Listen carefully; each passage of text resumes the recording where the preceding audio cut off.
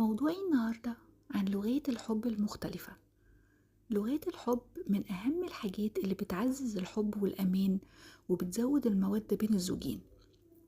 وطبعا كلنا عارفين إن لغات الحب هم 5: كلمة تقدير بتبني ثقة، تكريس وقت بيعزز صداقة، تبادل هدايا، رمز حلو مادي للمودة، الأعمال الخدمية اللي بتخفف أعباء الحياة عن التاني، وأخيرا التلامس الجسدي كأداة لتعزيز الارتباط الكيميائي.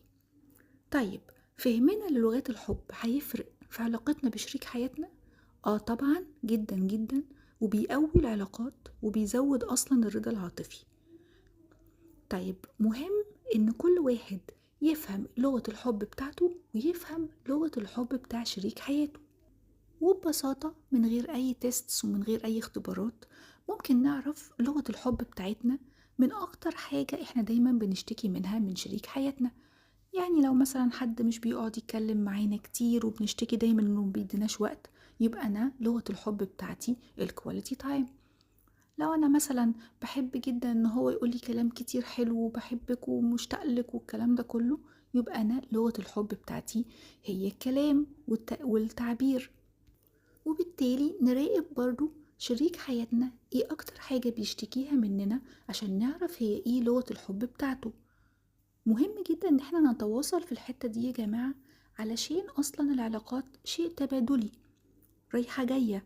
فمهم ان انا ارضي شريك حياتي وهو يرضيني ويشبع الحتة اللي فعلا بتوصل لي التعبير عن الحب بشكل او اخر، علشان نوصل لبعض.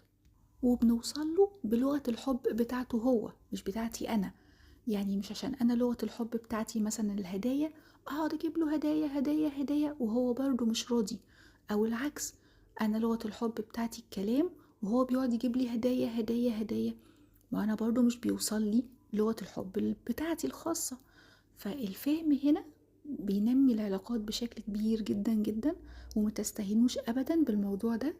وياريت كل الكابلز يحاولوا يوصلوا للحتة دي مع بعض علشان ينبسطوا ويعيشوا حياة سعيدة.